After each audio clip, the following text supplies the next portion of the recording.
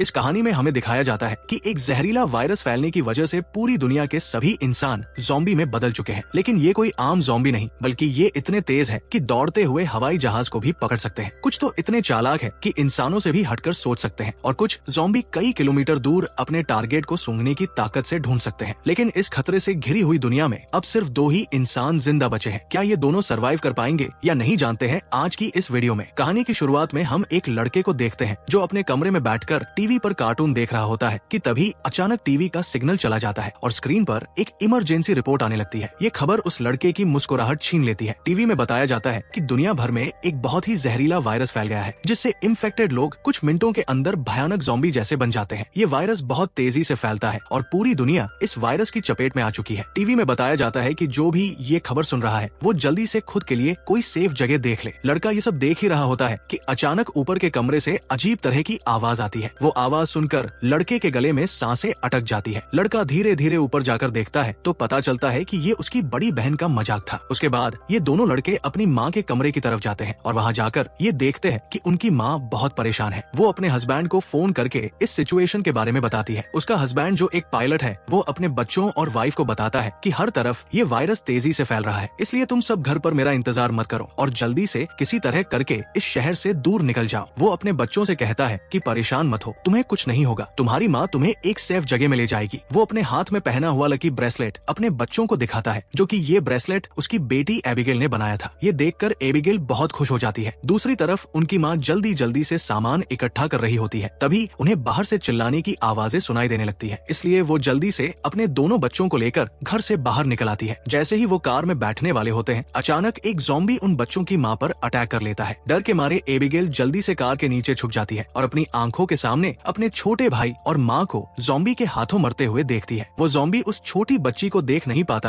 और वहाँ से चला जाता है। ये छोटी लड़की डर से कांप रही होती है कि तभी वो देखती है कि उसकी माँ भी एक ज़ॉम्बी बन चुकी है। लड़की की माँ अपनी बेटी को देखकर उसकी तरफ बढ़ने लगती है। इससे पहले कि वो अपनी बेटी को मार पाती, ठीक उसी समय पर एक अंकल फरिश्ते की तरह आकर एबिगेल की माँ को मार देता है और एबिगेल को बचा लेता है। थोड़ी देर बाद वो देखते हैं कि एबिगेल का छोटा भाई भी ज़ॉम्बी में कन्वर्ट हो रहा है, इसलिए वो आदमी लड़की को कान बंद करने के लिए कहता है और उसके ज़ॉम्बी बन चुके छोटे भाई को भी गोली मार देता है। अब इसके बाद 10 साल के बाद का सीन दिखाया जाता है और हम देखते हैं कि ज़ॉम्बी वायरस की वजह से इंसानी सभ्यता पूरी तरह से बर्बाद हो चुकी है। कभी रोशनी से चमकने वाले शहर अब वीरान हो चुके हैं और अब तक सारे इंसान या तो मर चुके हैं या फिर ज़ॉम्बी बनकर इधर उधर भटक रहे हैं और सिर्फ 2 ही लोग जिंदा बचे हैं। वो छोटी लड़की एबिगेल जिसे अंकल ने बचाया था, अब वो बड़ी हो चुकी है। उस दिन से लेकर अब तक एबिगेल अंकल जैक की नजरों में पली बढ़ी और जैक ने उसे ट्रेन करके ज़ॉम्बी से लड़ना सिखा दिया है। उस दिन अगर उसकी लाइफ में जैक नहीं आता तो एबिगेल अब तक मर चुकी होती, इसलिए एबिगेल जैक को अपना पिता मानती है। इतने सालों तक जंगल में अकेले रहने के बाद एबिगेल को बहुत ही लोनली महसूस हो रहा होता है। उसकी सबसे बड़ी इच्छा है कि उसे कोई इंसानी बस्ती मिल जाए जहाँ वो लोगों के साथ मिलकर रह सके, लेकिन जैक को लोगों के बीच रहना बिल्कुल भी पसंद नहीं। रात को जब वो दोनों जंगल में कैंप लगाकर सो रहे थे, तभी किसी की आवाज से जैक की आंख खुल जाती है। वो धीरे से अपने कैंप से बाहर निकलकर देखता है कि तभी एक ज़ॉम्बी जैक पर हमला कर देता है, लेकिन जैक लगातार गोलियां चलाकर उसे मार देता है और एबिगेल भी वहाँ पर पहुँच जाती है। इन दोनों को पिछले 10 सालों से जंगल में ज़ॉम्बीज का शिकार करते हुए इतना एक्सपीरियंस तो हो गया था कि ज़ॉम्बी झुंड बनाकर एक साथ मिलकर रहते हैं। वो समझ जाते हैं कि आसपास और भी जरूर ज़ॉम्बीज होंगे, इसलिए वो जल्दी यहाँ से निकलने की तैयारी करने लगते हैं और घोड़े पर बैठकर निकल जाते हैं। तभी रास्ते में उनके घोड़े हिनहिनाने लगते हैं। जैक समझ जाता है कि खतरा नजदीक है। दोनों चारों तरफ देखते हैं तो दूर एक जीप ज़ॉम्बी से घिरी हुई दिखाई देती है, जहाँ एक नॉर्मल इंसान खुद को ज़ॉम्बी से बचा रहा था। अब वैसे भी दुनिया में इंसान बहुत ही कम बचे थे, इसलिए अब इन दोनों को हर हाल में उस आदमी को ज़ॉम्बी से बचाना था। जैक एबिगेल के निशाने का टेस्ट भी लेना चाहता था, इसीलिए वो एबिगेल से कहता है कि तुम इस आदमी को बचाओगी ताकि पता चले कि वो पूरी तरह से ट्रेन हो चुकी है या नहीं। जैक उसे कहता है कि सुकून से टारगेट को निशाने पर करो और फिर उसे शूट कर दो, लेकिन एबिगेल जल्दबाजी में गोली चला लेती है, जिससे वो गोली ज़ॉम्बी के साथ साथ उस सर्वाइवर को भी लग जाती है। ये देखकर जैक एबिगेल पर काफी गुस्सा करता है, जिसके बाद वो दोनों इंसान के पास जाते हैं। वो देखते हैं कि ये आदमी अब बच नहीं सकता, इसलिए जैक उसे खुद ही मार देता है ताकि अगर उसे ज़ॉम्बी ने काटा हो तो वह दोबारा जिंदा ना हो जाए और हमारे लिए खतरा ना बने। उसके बाद वो दोनों उस मरे हुए आदमी की कार से जरूरत की सारी चीजें लेने लगते हैं। जैक मरे हुए आदमी के जूते ले लेता है और जैसे ही वो उन जूतों को पहनता है, तभी वहाँ मरे हुए आदमी के और साथी भी आ जाते हैं और बहुत सारे हथियार बंद लोग उन्हें घेर लेते हैं। एक बंदा जब मरे हुए इंसान के जूतों को जैक के पैरों में देखता है तो उन्हें शक होने लगता है कि उन्होंने सामान लूटने के लिए उनके साथ साथी को मारा है। जब ये लोग जैसे ही इन दोनों को मारने लगते हैं तभी एक प्रेग्नेंट लेडी कार से उतरती है और अपने साथियों से इन दोनों को छोड़ने के लिए कहती है। तभी काला घोड़ा फिर से उन्हें वार्निंग देता है और अगले ही पल दूर जंगल से तेज आवाजें आने लगती है। बहुत सारे ज़ॉम्बी तूफान की तरह चारों तरफ से उनकी ओर बढ़ने लगते हैं। वो लोग इतने तेज रफ्तार से आते हैं कि उन्हें भागने का मौका नहीं मिलता, इसलिए हथियार निकालकर वही मुकाबला करते हैं। यहाँ सबके पास हथियार तो थे मगर ज़ॉम्बी की तादाद काफी ज्यादा थी, इसलिए वो एक एक करके ग्रुप के बहुत से लोगों को काट लेते हैं। बचे हुए लोगों के पास छुपने की कोई जगह नहीं होती और जल्द ही ये बहुत ही कम लोग बच जाते हैं। एक मजबूत आदमी बदकिस्मती से ज़ॉम्बी के काटने का शिकार हो जाता है, इसलिए वो खुद को गोली मारना चाहता है, लेकिन उसके बंदूक में गोलियां खत्म हो जाती है। अब उन्हें पता चल चुका था कि वो उनसे लड़ नहीं पाएंगे, इसलिए एबिगेल प्रेग्नेंट लेडी को लेकर गाड़ी में बैठाती है। गाड़ी में प्रेग्नेंट लेडी का हस्बैंड भी बैठा होता है और जैक गाड़ी स्टार्ट करके जल्दी से वहाँ से निकल जाते हैं। पूरे ग्रुप में अब ये सिर्फ 4 लोग ही बचे थे, बाकी सभी ज़ॉम्बीज के शिकार हो चुके थे। एक काले चेहरे वाला ज़ॉम्बी अपने साथियों को मरा हुआ देखकर बहुत ज्यादा गुस्सा हो जाता है। उधर ये चारों ज़ॉम्बीज से जान छुड़ाकर गाड़ी में सफर कर रहे होते हैं। रास्ते में जैक पीछे बैठे लेडी से पूछता है कि तुम हो कौन और यहाँ क्या कर रहे थे। पूछने पर पता चलता है कि ये बचे हुए लोग शिप टाउन नाम की जगह पर जाना चाहते थे, जहाँ पर सेफली इंसान रहते हैं। वहाँ जरूरत की तमाम फैसिलिटीज है और हम सब वहाँ जाकर एक नॉर्मल जिंदगी गुजारना चाहते थे। ये सुनकर एबिगेल बहुत खुश होती है क्योंकि यही तो वो जगह है जहाँ वो हमेशा से जाना चाहती थी। जिस पर जैक ने कहा कि यहाँ पर कोई भी ऐसी कॉलोनी वगैरह नहीं है। मैं पिछले 10 सालों से यहाँ वहाँ भटक रहा हूँ, मुझे तो कोई ऐसी कॉलोनी नहीं दिखाई दी। तभी अचानक बीच रास्ते में उनकी गाड़ी खराब हो जाती है। इस दौरान प्रेग्नेंट लेडी का हस्बैंड बाहर निकलता है जिसका नाम डेविड है। वो उनसे कहता है कि मैं एक मैकेनिक हूँ और मैं इसे ठीक कर सकता हूँ, लेकिन औजार न होने की वजह से गाड़ी ठीक नहीं हो पाती, इसीलिए ये लोग गाड़ी को यहीं पर छोड़कर पैदल सफर करने लगते हैं। कई किलोमीटर सफर करने के बाद वो लोग एक वीरान सोसाइटी में पहुंच जाते हैं। यहाँ ऊंची इमारतें अभी भी खड़ी हैं, लेकिन हर तरफ मौत की शांति छाई हुई है। ये लोग सबसे पहले इस जगह की अच्छी तरह से जांच भी करते हैं। जब उन्हें कोई खतरा महसूस नहीं होता तो ये लोग रात यहाँ गुजारने का फैसला करते हैं। रात को वो लोग आग जलाकर खाना पकाते हैं। एबिगेल शिप टाउन नाम के उस जगह पर जाने के लिए बहुत बेताब थी। वो उस प्रेग्नेंट औरत से उस जगह के बारे में बातचीत करने लगती है। प्रेग्नेंट औरत उससे बताती है कि हमारा पहले से उस शिप टाउन में रहने वाले लोगों के साथ रेडियो पर कांटेक्ट हो चुका है। वो एक बहुत ही खूबसूरत जगह है जहाँ हम आजादी से रह सकते हैं। ये बातें सुनकर एबिगेल की आंखों में चमक उठी। दूसरी तरफ जैक बाहर चारों ओर जाल बिछा देता है ताकि अगर वो लोग सो भी जाएं तो खतरा करीब होने पर फौरन पता चल जाए। जैक अंदर आकर एक मैप निकालता है और सबको समझाता है कि वो मैगन और डेविड को कुछ दूर तक पहुंचाएगा और उसके बाद दोनों अलग अलग रास्ते पर चले जाएंगे। लेकिन एबिगेल जैक के इस फैसले से खुश नहीं थी। वो जैक के पास जाकर उससे बहस करती है कि डेविड अपनी प्रेग्नेंट वाइफ को उस जगह तक सेफली नहीं पहुंचा पाएगा, इसलिए हमें उनके साथ चलना चाहिए। जैक कहता है हमें समझदारी से काम लेना चाहिए। देखो जहाँ लोग ज्यादा होते हैं वहाँ पर खतरा भी ज्यादा होता है। लेकिन एबिगेल जैक के इस फैसले से नाराज होकर चली जाती है। हालांकि दोनों को ये नहीं पता होता कि वो काले चेहरे वाला ज़ॉम्बी उनकी गाड़ी को सूंघते हुए वहाँ तक पहुँच चुका है। अगली सुबह एबिगेल छत पर बैठकर अपने बचपन की फोटोज देख रही होती है कि अचानक नीचे पेड़ों से सरसराहट की आवाज आती है। वो समझ जाती है कि ज़ॉम्बी अंदर आ गए हैं और सबको वार्निंग देने के लिए नीचे दौड़ कर जाती है कि तभी रास्ते में एक ज़ॉम्बी भी उसके पीछे लग जाता है। एबिगेल खुद को बचाते हुए ऊपर सीढ़ियों पर चढ़ने लगती है और पीछा करने वाले ज़ॉम्बी को झटका देते हुए नीचे गिरा देती है, लेकिन इस चक्कर में उसका बैलेंस बिगड़ जाता है जिससे वो भी नीचे गिरने वाली होती है। लेकिन तभी जैक ने वक्त पर आकर उसे बचा लिया। थोड़ी देर बाद काले चेहरे वाला ज़ॉम्बी अपने साथियों के साथ वहाँ पहुँच जाता है क्योंकि उसे पता चल जाता है कि उनका साथी कहाँ पर मरा है, लेकिन वो पहले से बिछाई गई जाल में फंस जाते हैं जिसमें काफी सारे ज़ॉम्बी मारे जाते हैं। जैक धमाके की आवाज सुनकर समझ जाता है कि ज़ॉम्बी का झुंड उस जगह तक पहुँच गया है जहाँ हम कल रात ठहरे थे और ज़ॉम्बी अभी तक उनका पीछा कर रहे हैं। लेकिन अच्छी बात ये थी कि ये लोग उस जगह को छोड़कर वहाँ से आगे निकल चुके थे। तभी रास्ते में एबिगेल को याद आता है कि थोड़ी दूर पर एक छोटा सा हवाई अड्डा है जहाँ पर मेरे फादर काम किया करते थे। शायद वहाँ कुछ हवाई जहाज बचे हो जिससे हम आसानी से शिप टाउन तक पहुँच सकते हैं। लेकिन जैक कहता है कि अगर हम एयरपोर्ट गए तो वह एक खुली जगह है और अगर वहाँ ज़ॉम्बीज ने घेर लिया तो वहाँ हमारे पास जान बचाने का कोई रास्ता नहीं होगा और मुश्किल है कि हमें वहाँ एरोप्लेन भी मिल जाए। लेकिन एबिगेल के बार बार कहने पर वो वहाँ जाने के लिए मान जाता है, जिसके बाद ये लोग एयरपोर्ट आ गए लेकिन यहाँ पर कोई भी एरोप्लेन नहीं था। जैक कहता है देखा मैंने कहा था यहाँ पर कोई भी एरोप्लेन नहीं होगा। लेकिन जब वो लोग वहाँ पर एक छोटे से गैराज में पहुँचते हैं तो गैराज का दरवाजा खोलते ही लकीली वहाँ उन्हें एक छोटा एरोप्लेन मिल जाता है। ये देखकर ये लोग बहुत खुश हो जाते हैं क्योंकि अब उनका शिप टाउन तक पहुँचने का रास्ता आसान हो गया। लेकिन ये हवाई जहाज बहुत दिनों से इस्तेमाल नहीं हुआ था, इसलिए मैकेनिक डेविड कहता है कि उसे ठीक करने की जरूरत है। ज्यादा नहीं, मैं उसे 10 से 15 मिनट के अंदर ठीक कर दूंगा। जब तक डेविड एरोप्लेन को ठीक करता तब तक जैक और एबिगेल एयरपोर्ट में कुछ काम की चीजें ढूंढने लग जाते हैं। तभी डेविड दूरबीन से देखता है कि दूर से बहुत सारे ज़ॉम्बी जा रहे हैं जो बहुत जल्द एरोप्लेन तक पहुंच जाएंगे। वो लोग दौड़ कर आते हैं और उन उन दोनों को वार्न करते हैं कि हमें जल्दी से एरोप्लेन को स्टार्ट करना होगा, नहीं तो ज़ॉम्बी यहाँ पहुंचकर हमें मार देंगे। एबिगेल जल्दी से पायलट की सीट पर बैठ जाती है, वहाँ पर मौजूद बुक्स को रीड करती है। उसके फादर पायलट थे, इसलिए उसने अपने फादर से एयरप्लेन को कंट्रोल करने की थोड़ी बहुत जानकारी सीखी थी और जैक ज़ॉम्बीज को शूट करके उन्हें रोकने की कोशिश करता है। एबिगेल जैसे तैसे करके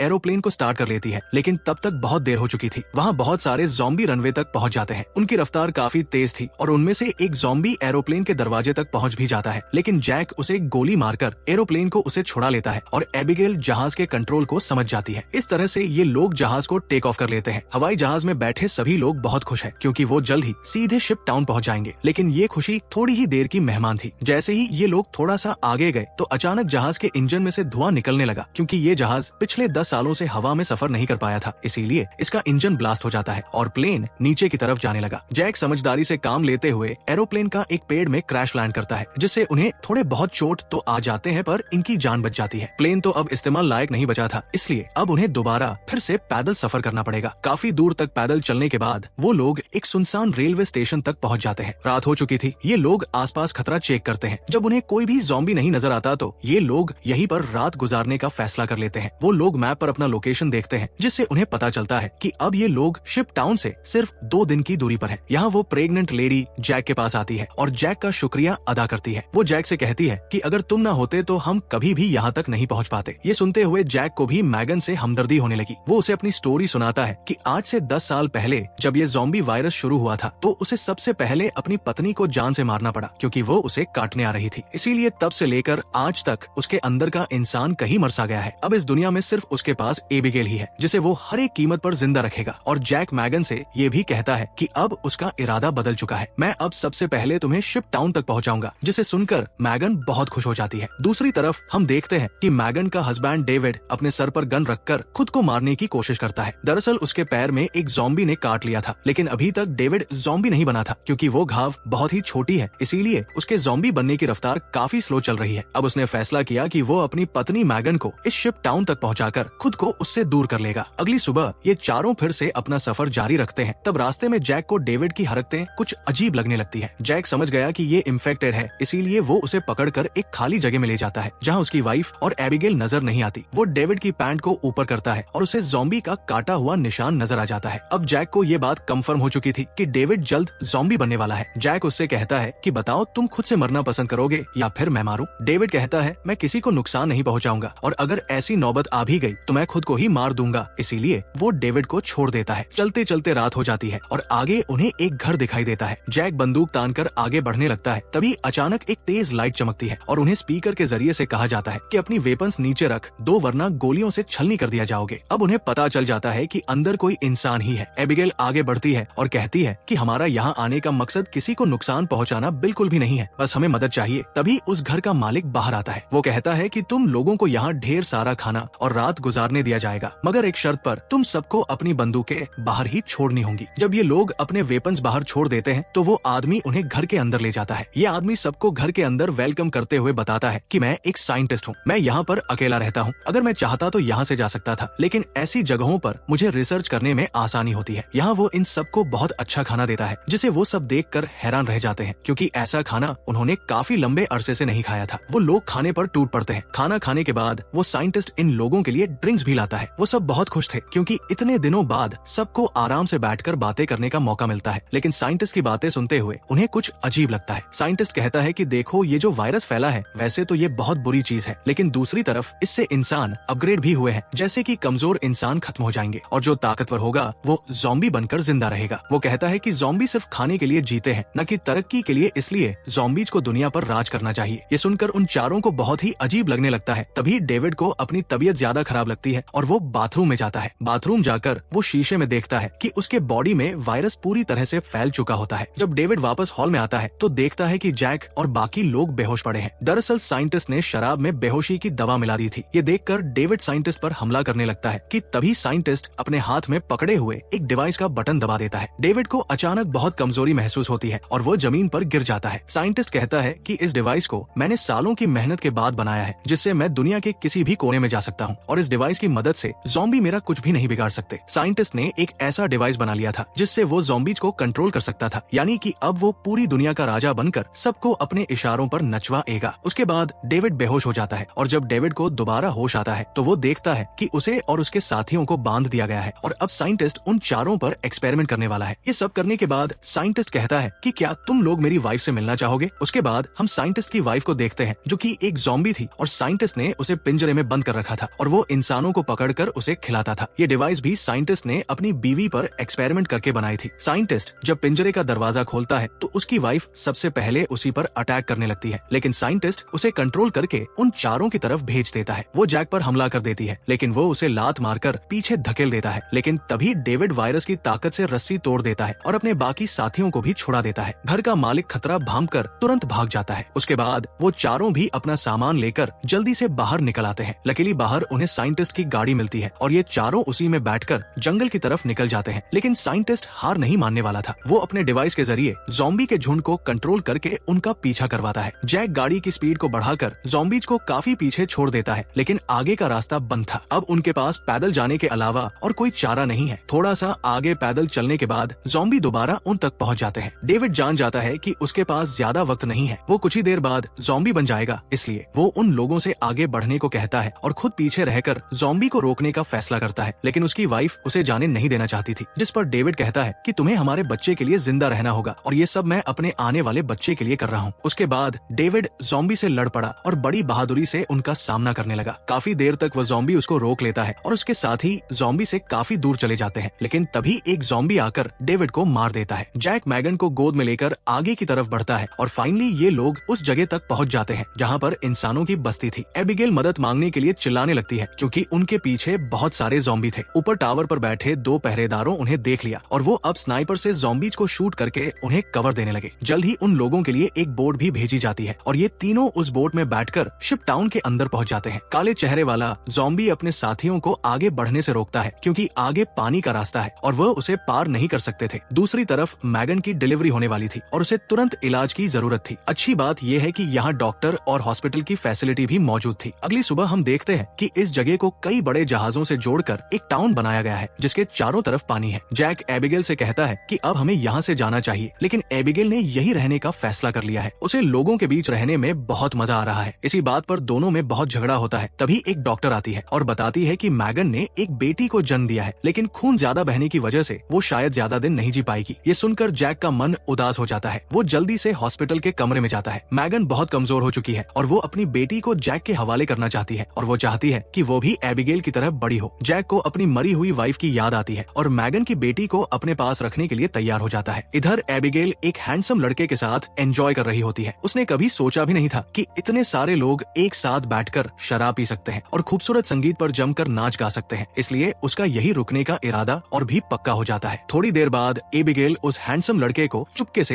एक कैबिन में जाते हुए देख लेती है। उसे देखकर वो भी अंदर चली जाती है। वहाँ पहुंचकर वो देखती है कि ये कैबिन पूरी तरह से तारों और बमों से भरा हुआ है। वहाँ एक वायरलेस स्विच भी लटका हुआ होता है। जैसे ही वो उस स्विच को टच करती है तभी वो लड़का भाग कर आता है और बताता है कि उन्होंने शिप टाउन के नीचे बम लगाए हैं। अगर कभी ये जगह खतरे में पड़ती है तो लोग उस रास्ते से भाग जाएंगे और बाहर से इस जगह को उड़ा देंगे। लेकिन दोनों को बिल्कुल भी अंदाजा नहीं होता कि ये दिन इतनी जल्दी आ जाएगा। वो साइंटिस्ट गुस्से में वहाँ तक भी पहुँच जाता है। वो देखता है कि इन लोगों ने बहुत सारे ज़ॉम्बीज को मार दिया है जिनके सहारे वो इस दुनिया पर राज करना चाहता है। वो अपने कंट्रोल डिवाइस के जरिए उस काले चेहरे वाले ज़ॉम्बी राजा को अपने कंट्रोल में कर लेता है। साइंटिस्ट की मदद मिलने के बाद शिप टाउन के नीचे का पानी अब उन्हें नहीं बचा सकता था। बहुत सारे ज़ॉम्बी पानी के नीचे से उन शिप्स पर पहुंच जाते हैं और लोगों पर अचानक अटैक कर लेते हैं, जिनमें से बहुत से लोग मारे जाते हैं। लोगों के बीच हलचल मच जाती है। इधर जैक को भी इस बात का पता चल जाता है कि ज़ॉम्बीज ने अटैक कर लिया है। जैक को एबिगेल की चिंता होने लगती है और वो उसे ढूंढने लग जाता है। वो ज़ॉम्बीज को मारते हुए आगे बढ़ता है और आखिरकार वो एबिगेल को ढूंढ लेता है। दूसरी तरफ सन की साइंटिस्ट भी शिप पर पहुंच जाता है और एबिगेल को पंच मारकर नीचे गिरा देता है। ये देखकर जैक गुस्से में आकर साइंटिस्ट की तरफ दौड़ने लगता है कि तभी एक ज़ॉम्बी बीच में आकर उसे धक्का देकर नीचे टैंक में फेंक देता है और वहाँ वो साइंटिस्ट भी पहुंच जाता है और जैक से बदला लेना चाहता है। वो जैक को लात मारकर गिरा देता है, लेकिन जैक को पता था कि साइंटिस्ट से लड़ना फजूल है, इसीलिए वो साइंटिस्ट पर हमला करके उसके हाथ में लगे डिवाइस को दीवार से मारकर तोड़ देता है। अब साइंटिस्ट के पास ज़ॉम्बीज को कंट्रोल करने की पावर नहीं रही, जिसके बाद बूढ़ा साइंटिस्ट जल्द ही ज़ॉम्बी का शिकार बन जाता है। अच्छी बात ये थी कि इस कैंप में पहले से ही भागने का रास्ता बना हुआ था। बहुत सारे बचे हुए लोग सुरंग के रास्ते नदी के दूसरे किनारे पर पहुंच जाते हैं। जब वो बम चालू करने वाले होते हैं तो वो हैंडसम लड़का बटन नहीं दबाता क्योंकि कि एबिगेल अभी भी शिप पर है। अब जैक और एबिगेल बाहर की तरफ भागने लगते हैं, लेकिन पीछे से ज़ॉम्बी राजा एबिगेल को पकड़ लेता है। तभी जैक तेजी से उस ज़ॉम्बी को लकड़ी से सर पर मार देता है, जिससे वो पीछे गिर जाता है। अचानक एबिगेल की नजर गलती से उस ज़ॉम्बी राजा के हाथ में बंधे ब्रेसलेट पर पड़ती है। ये वही ब्रेसलेट था जो उसने बचपन में अपने हाथों से अपने पिता के लिए बनाया था। वो समझ जाती है कि ये ज़ॉम्बी उसके पिता है, लेकिन अब वो इंसान नहीं बल्कि ज़ॉम्बी बन चुका था। यहाँ पर जैक उसे हाथ से पकड़कर जबरदस्ती खींचकर भागने को कहता है। वो हैंडसम लड़का दोनों को भागते हुए देखकर तुरंत वायरलेस रिमोट का बटन दबा देता है और पूरा शिप टाउन राख में बदल जाता है। हालांकि इन सब की लड़ाई भी खत्म नहीं हुई थी। कैंप का सरदार अपनी गर्दन पकड़ कर आता है, क्योंकि लड़ाई में उसे ज़ॉम्बी ने काट लिया था। वायरस के फैलने से पहले ही काले चेहरे वाले ज़ॉम्बी ने उस पर हमला कर दिया। हैरानी की बात ये थी कि ज़ॉम्बी राजा भी धमाके में बच गया था। जैक तुरंत दौड़कर उस ज़ॉम्बी राजा से लड़ने लग जाता है, लेकिन जैक ज़ॉम्बी राजा के सामने कमजोर पड़ रहा था। इसीलिए एबिगेल जमीन से बंदूक उठाती है और ये जानते हुए भी कि सामने खड़ा ज़ॉम्बी राजा उसका पिता है, लेकिन वो उसे पालने पोसने वाले जैक को मार रहा था। इसलिए एबिगेल बिना सोचे समझे उस काले चेहरे वाले ज़ॉम्बी राजा को गोली मार देती है, क्योंकि अगर वो उसे गोली नहीं मारती तो वह ज़ॉम्बी राजा वहाँ पर मौजूद सब लोगों को मार देता। उसके बाद जैक और एबिगेल गले लगते हैं और अब जैक, एबिगेल और बचे हुए लोग दूर समुद्र में एक सुनसान वी की तरफ देखते हैं और वही एक नई इंसानी बस्ती बसाने का फैसला करते हैं। इसी के साथ ये कहानी खत्म हो जाती है। अगर वीडियो आपको अच्छी लगी हो तो हमारे चैनल को सब्सक्राइब और वीडियो को लाइक जरूर कीजिएगा।